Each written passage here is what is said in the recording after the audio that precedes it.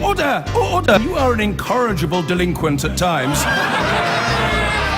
Behave yourself, man!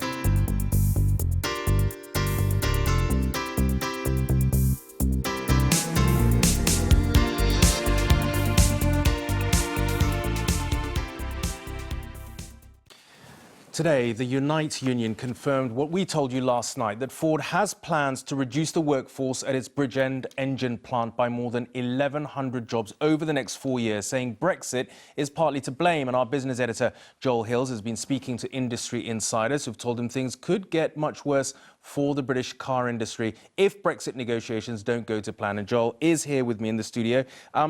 A lot of concern in the industry? Well, companies have contingency plans. Let's talk Ford first. I mean, on the face of it, there's no link at all between Bridgend and Brexit, but some people see a dotted line. They point out, Raggy, that Ford currently builds engines in South Wales and then ships them to Germany, to Spain, elsewhere in the EU, where they're installed in cars. Now, that supply chain is vulnerable to tariffs if we get them when Britain leaves the European Union. A lot of companies have got long supply chains that stretch across countries. Jaguar Land Rover is one of them. It launched a new Range Rover today. Now, designed, engineered, you can see it there, built in Britain, but at least half of the components in this car are actually imported from the EU. And the boss of the company told me, in his words, it's crucial that the government secures ongoing tariff-free access to the single market. Now, that's the prize the government is shooting for.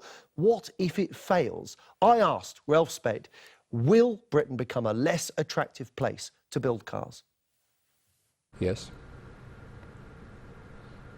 Without comment, clear yes. If all of these kind of negative components really comes true, then it's quite clear. Then it will not be attractive to produce cars in the UK anymore.